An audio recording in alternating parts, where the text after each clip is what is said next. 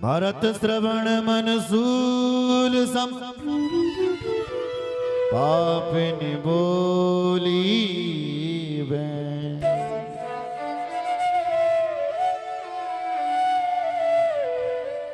भरत के सामने बल्कि कैकेयी जी ने कपट के नीर बहाए, कपट के आंसू बहाए। आंसू नहीं थे,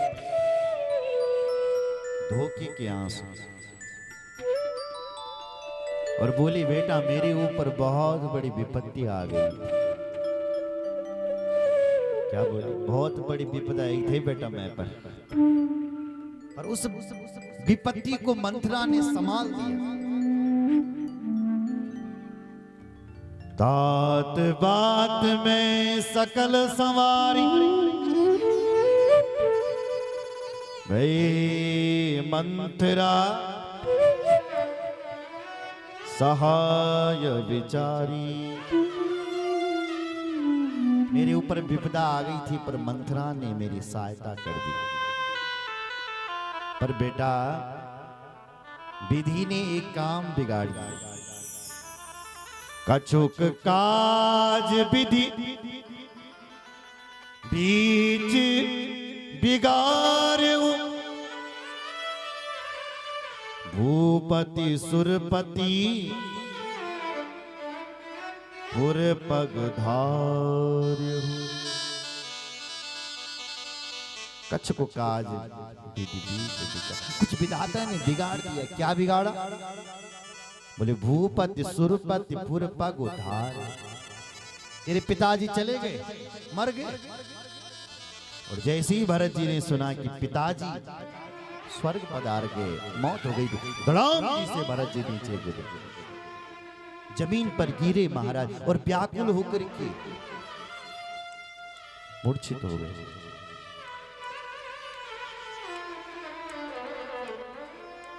जैसे तैसे कैकेयी ने उठाया।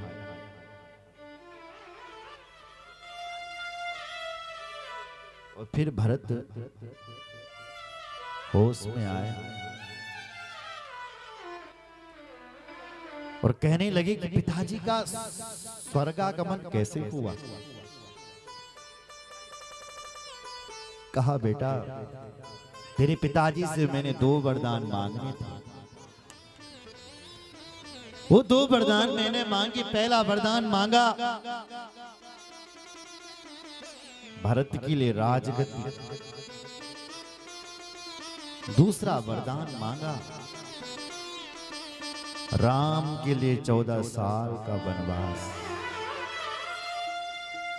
और जो भरत जी ने सुना कि मेरे राम के लिए 14 साल का वनवास हो गया है, तो व्याकुल होकर के पुनः गिर पड़े और अपनी मां को खरी खोटी कहने लगे, पापिनी ये तूने क्या कर दिया है?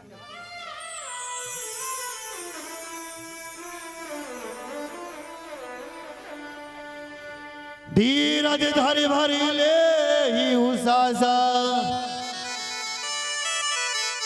पापिनी सवई भांति कुल नासा। ए पापिनी, गहरी सांस लेकर के कह रहे हैं ये तूने क्या कर दिया है?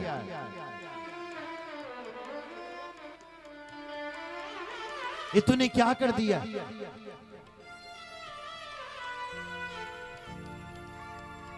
तूने मेरे राम को वन के लिए भेज दिया।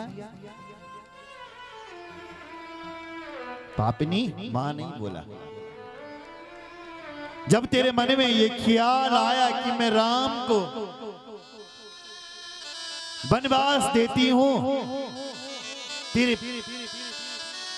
दिल में जब ये बात आई तो उसी समय तेरे दिल के, तेरे हृदय के टुकड़े टुकड़े क्यों नहीं हो गए? जब ते कुमति जी अठयऊ खंड खंड हो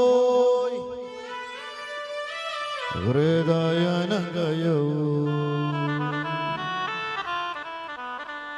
अरे पापिनी, तेरी कुमति, तेरे हृदय की उस समय खंड खंड क्यों नहीं हो गए? तेरे खंड टुकड़े टुकड़े, खंड खंड कर दो अलग अलग। तेरी हृदय की उस समय टुकड़े टुकड़े क्यों नहीं हो गए? जब तूने राम के लिए वनवास मांगा, तेरी आवाज क्यों नहीं चली गई? विधाता ने तेरी आवाज बंद क्यों नहीं कर दी? बर मांगत मन बही नहीं पीरा,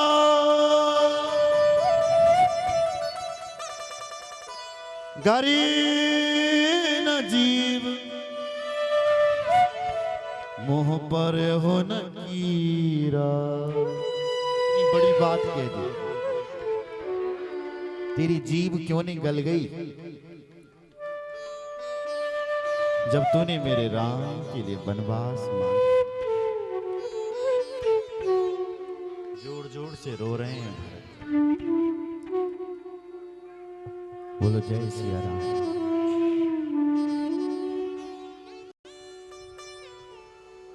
वशिष्ठ जी आए, उन्होंने भरत जी को समझाया, हे भरत, जो होना था सो हो गया। अब हे पुत्र, तुम्हारे पिताजी तेल में रखे हुए हैं, पहले अपने पिता का संस्कार करो। राजा दशरथ के लिए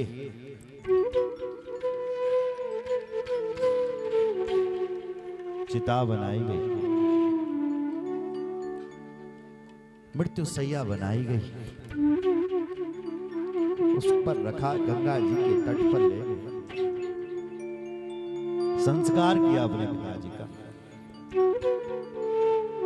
जैसा भी विधि विधान होता है वो सब किया,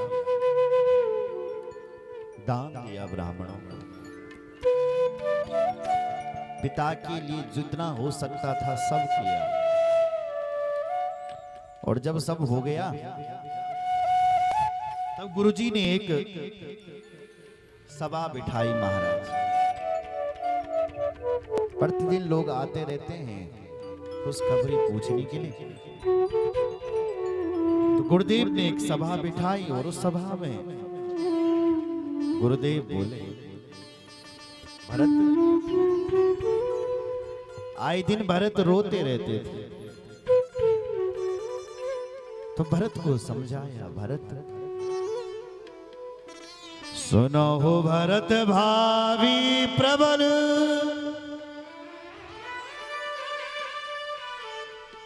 बिलख गयो मुनिनाथ, हानि लाभ जीवन मरण, जस अब जस विधि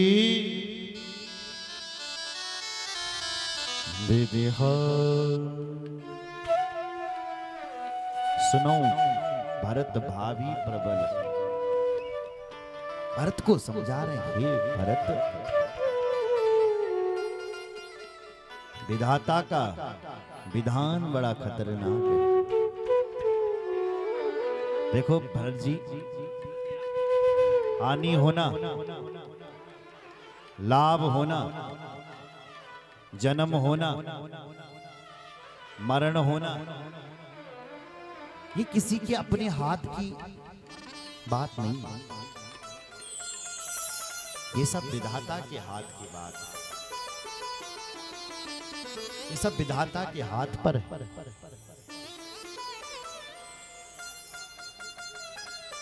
बिलख कहो, रोते हुए वशिष्ठ जी बोले, हानि होना, लाभ होना, जन्म होना, मरण होना, ये हमारे हाथ की बात नहीं, विधाता के हाथ की बात है। इसलिए तुम्हारे पिताजी सोचने योग्य नहीं, सोचनीय नहीं, कौशल राव भुवन चारि दस प्रगट प्रभाव। तुम्हारे पिता सोचने योग्य नहीं, इसलिए अपने पिताजी के लिए ज्यादा मत सोचो।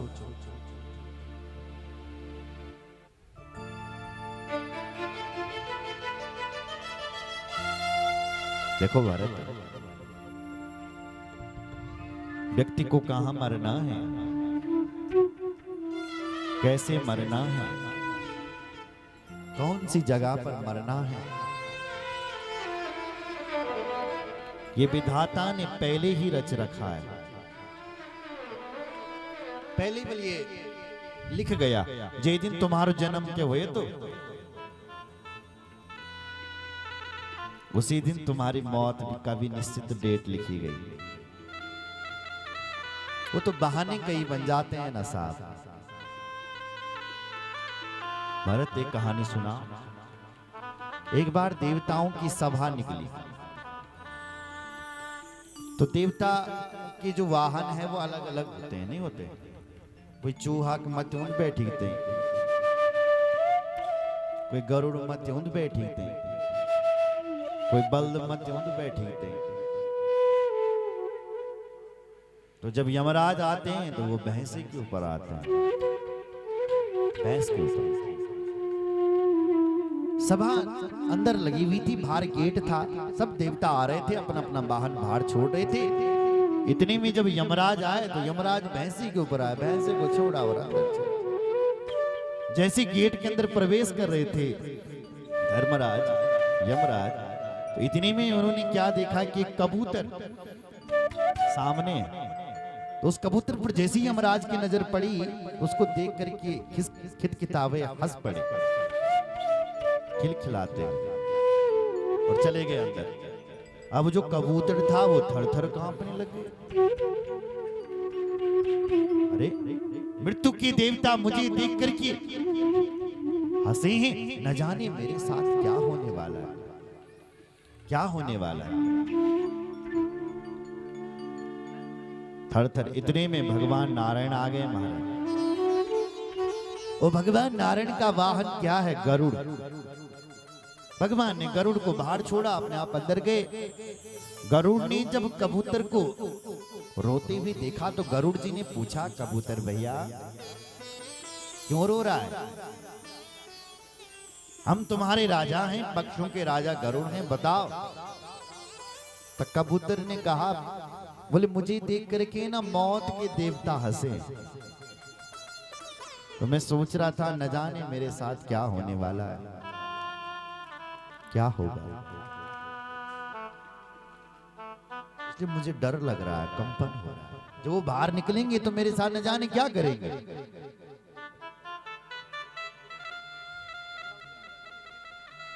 गरुड़ जी ने कहा चिंता मत करो, मेरे ऊपर बैठो। बिठाया महाराज गरुड़ जी ने उसको अपने ऊपर, सीधे दौड़ लगाई और कई दूर दुर्गम स्थान पर किसी गुफा में जाकर के गरुड़ जी ने उसको रख दिया और तुरंत वहां से उड़ान लगाए और यहां पहुंचे। तब तक देवताओं की सभा भी संपन्न हो चुकी थी। देवता बाहर आ रहे थे, यमराज भी बाहर आए, चारों तरफ नजर घुमा रहे हैं, भैया वो कबूतर किधर चला गया। तब तक गरुड़ जी आए, कहाँ ढूंढ रहे हो? बोले हम कबूतर को ढूंढ रहे हैं, कहाँ चला गया?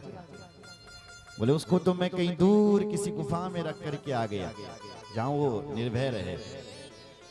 और ये बताओ तुम उसको देख करके हंसी क्यों थी? तो गरुड़ जी ने कहा, वो यमराज ने कहा, मैं इसलिए हंसा था कि इस कबूतर की थोड़ी देर बाद मौत लिखी हुई है, पर यहां पर नहीं लिखी हुई है, कहीं दूर दुर्गम स्थान पर लिखी हुई है। अब मैं मन में सोच रहा था कि इसकी मौत तो वहां लिखी है और ये कबूतर है यहां।